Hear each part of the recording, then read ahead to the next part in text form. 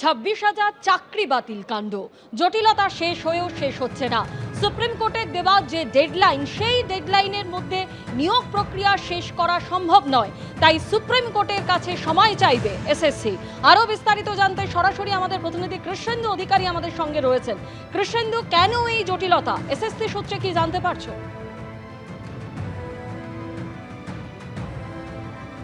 দেখো, তুমি জানো যে বিগত সরকারের আমলে প্রাতিষ্ঠানিক দুর্নীতির জেরে 26,000 চাকরি বাতিল হয়েছে, যার ফলে নতুন করে পরীক্ষা দিতে হয়েছে, যোগ্যতার পরীক্ষা। সেই পরীক্ষার রেজাল্ট বেরিয়েছে এবং বিগত সরকারের আমলেই সেই নিয়োগ প্রক্রিয়া শুরুও হয়েছে। কিন্তু সেই প্রক্রিয়া গতকাল থমকে গেছে, কারণ মধ্যশিক্ষা পর্ষদের তরফ থেকে একটা বিজ্ঞপ্তি দিয়ে বলা হয়েছে যে একাদশ এবং দ্বাদশ শ্রেণীর যে ভেরিফিকেশন, নিয়োগপত্র পাওয়ার আগে যে পুলিশ ভেরিফিকেশন বা মেডিকেল ভেরিফিকেশন, সেই ভেরিফিকেশন আপাতত স্থগিত রাখা হলো। এর মূল কারণ হচ্ছে জাতিগত যে রিজার্ভেশন বা সংরক্ষণ, সেই সংরক্ষণে বিগত সরকার এবং বর্তমান সরকারের দুটো ভিন্ন অবস্থান। বিশেষত ওবিসির ক্ষেত্রে 17% না 7%, এবং এর ফলে নতুন করে একটা জট বা জটিলতা তৈরি হয়েছে। এবং যে 26,000 চাকরি বাতিল হয়েছে 2016 সালের পরীক্ষা দেওয়ার পর তারা চাকরি করছেন, আজকে 10 বছর কাটলেও তার সমস্যার সমাধান হচ্ছে না।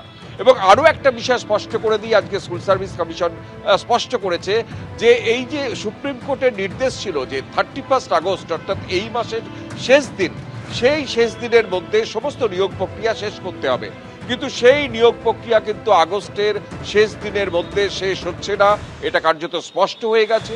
এবং স্কুল সার্ভিস কমিশন সিদ্ধান্ত নিয়েছে আগামী দিনে সুপ্রিম কোর্টে সময় চাইবে, এবং কত সময় চাওয়া হবে, কতদিন সময় চাওয়া হবে, সেটা অবশ্যই লয়ারদের সঙ্গে বা আইনজীবীদের সঙ্গে তারা কথা বলছে।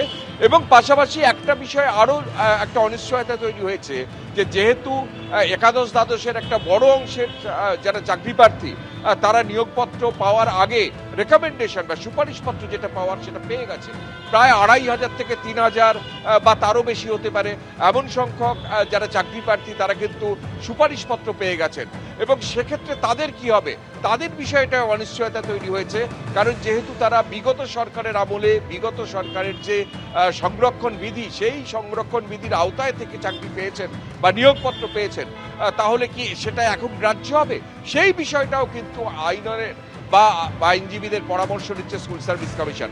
অর্থাৎ যে সংকট শুরু হয়েছিল 2016 সালের পরীক্ষা দিয়ে যারা চাকরি করছিলেন, তাদের চাকরি বিগত তৃণমূল সরকারের আমলে যে প্রাতিষ্ঠানিক দুর্নীতির জেরে বন্ধ হয়ে গেল, বাতিল হয়ে গেল, শিক্ষাকর্মীরা তারা চাকরি হারালেন, শিক্ষকদের বেতন এই আগস্ট পর্যন্ত চালু থাকবে। সেক্ষেত্রে সুপ্রিম কোর্টে সময় চাওয়ার পর সুপ্রিম কোর্ট কী সিদ্ধান্ত নেন বা কী নির্দেশ দেন তার উপর নির্ভর করবে যে যারা এই আগস্ট পর্যন্ত যাদের চাকরি বহাল ছিল তারা আগামী দিনে চাকরি করতে পারবেন কিনা। যেটা তাৎপর্যপূর্ণ বিষয়, যারা যোগ্য, যাদের কোনো দায় নেই এই দুর্নীতির সঙ্গে, যাদের কোনো সংযোগ নেই, তারাই কিন্তু রাস্তায় নেমে আন্দোলন করেছেন এবং তারা বারবার দ্বিতীয়বার করে পরীক্ষা দিয়েছেন। তাদের এই আগস্টের শেষ দিন পর্যন্ত সুযোগ ছিল তাদের নিয়োগ প্রক্রিয়া সম্পন্ন করার, কিন্তু নতুন সরকারের আমলে সেই প্রক্রিয়া সম্পন্ন হচ্ছে না নির্দিষ্ট সময়ের মধ্যে। সুপ্রিম কোর্টের দ্বারস্থ হচ্ছে স্কুল সার্ভিস কমিশন, লয়ারদের সঙ্গে যোগাযোগ শুরু হয়েছে, এবং যে অনগ্রসর কল্যাণ দপ্তর থেকে যে নির্দেশিকা বেরিয়েছে সংরক্ষণের ব্যাপারে বা ওবিসি সংরক্ষণের ব্যাপারে, সেই বিষয়টা নিয়েও আইনজ্ঞের সঙ্গে পর্যালোচনা চলছে। অর্থাৎ যে দীর্ঘদিনের সমস্যা, যে স্কুল সার্ভিস কমিশনের ছেলেমেয়েরা যারা চাকরি পেয়েছিল তারা চাকরি হারালো দুর্নীতির জেরে, তাদের সেই সমস্যার কবে সমাধান হবে তা নিয়ে যে জটিলতা, সেই জটিলতা কেটেও কাটলো না। আপাতত সুপ্রিম কোর্টে স্কুল সার্ভিস কমিশন সময় চাইবে, তারপর সুপ্রিম কোর্টের ওপরেই নির্ভর করবে গোটা বিষয়টা। ধন্যবাদ Krishna.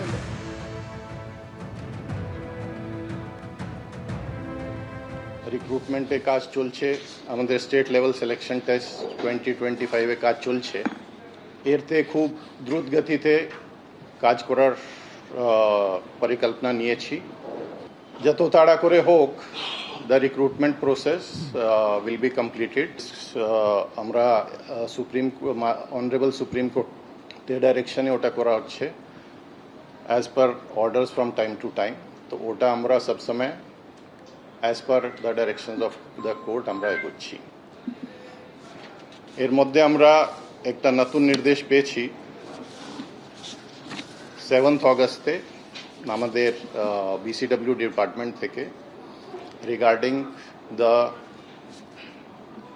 rosters that would be applicable. তো ওটা আমরা আমাদের যে অ্যাডভোকেট আছেন এবং টেকনিক্যাল আছেন ওদের আমরা ডাইরেকশন সিক করেছি, ক্লারিফিকেশন চাইছি এবং ওর জন্য আমাদের যে কাউন্সিলিং ছিল 14th আগস্ট থেকে as per rules and as per guidance of our technical team ওটা আমরা এগোবো।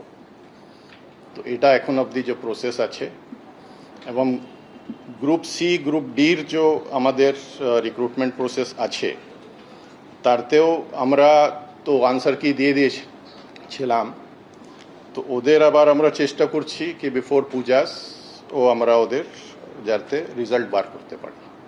এবিপি আনন্দ, এগিয়ে থাকে, এগিয়ে রাখে।